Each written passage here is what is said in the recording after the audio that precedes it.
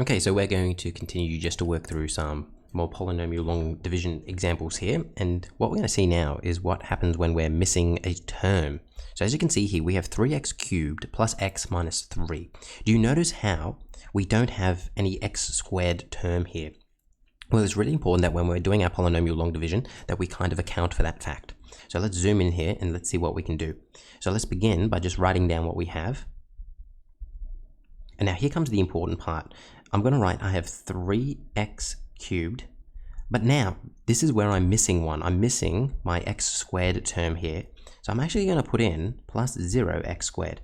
So I'm going to write in the missing term and just put a 0 there because this is just 0, so I'm not changing anything, but it's really important that you do that.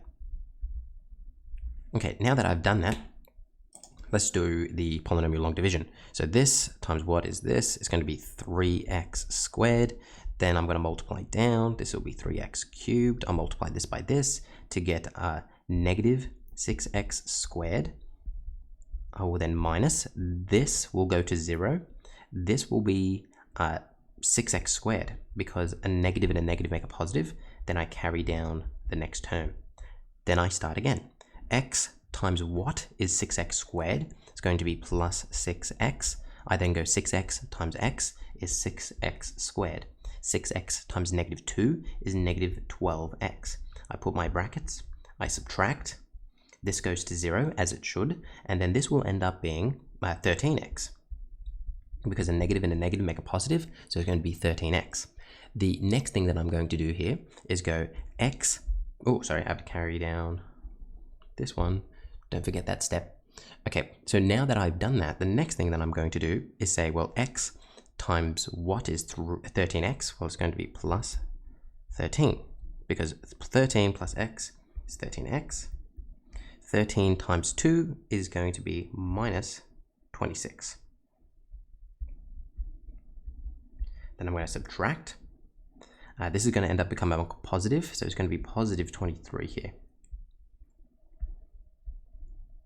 Perfect. So the really important thing that we did here was we wrote this as a 0. And then remember, the key way that I want you to be able to write this out as your answer, well, there's two ways that you have to be able to write it. You have to be able to say that p of x is going to be equal to my divisor multiplied by my quotient. And then plus my remainder. And the other way that you have to be able to recognize it is that p of x divided by my divisor is going to be equal to the quotient plus the remainder over the divisor. So they're the two key ways that you need to be able to write out your final answer, just like that. Perfect. Amazing. Let's now go to this one. So you might like to pause the video and give it a go yourself. That's the best way to learn. So pause it, give it a go, and then watch. Okay, hopefully you did that. So we have x minus 4. 5x cubed minus, now again we don't have an x squared term, so I'm going to write 0x squared, then I'm going to minus 3x plus 7, and now we do the polynomial long division. X times what is 5x cubed? 5x squared. This times this is 5x cubed. This times this is negative 20x squared. Subtract. This is going to become positive 20x squared. Carry down my negative 3x. X times this is going to be plus 20x.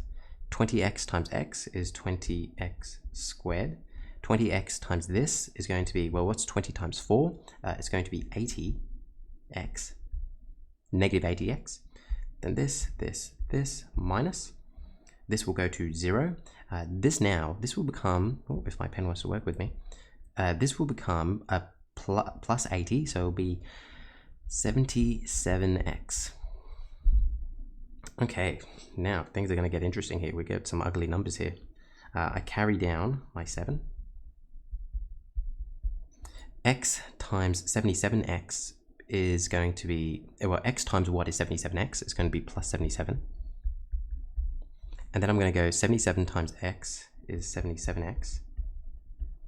77 times negative 4 Now this is going to be negative 308 minus this. And then this one here, this is going to end up being plus, so it's going to be 30. It's going to be plus, so it's going to be 7 plus 308, which is 315. Perfect. So there is our process there. The numbers got a bit disgusting there, so feel free.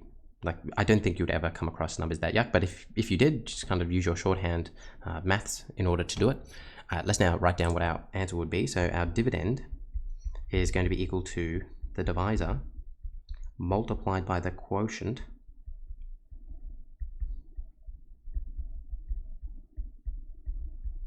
plus the remainder, or my dividend divided by my divisor is going to be equal to the quotient plus the remainder over the divisor rather. Perfect. All right, so those are those two ways. Hopefully you found this useful. So this is what happens when you have a missing term. So be careful with those. We'll go through some more examples in the next part.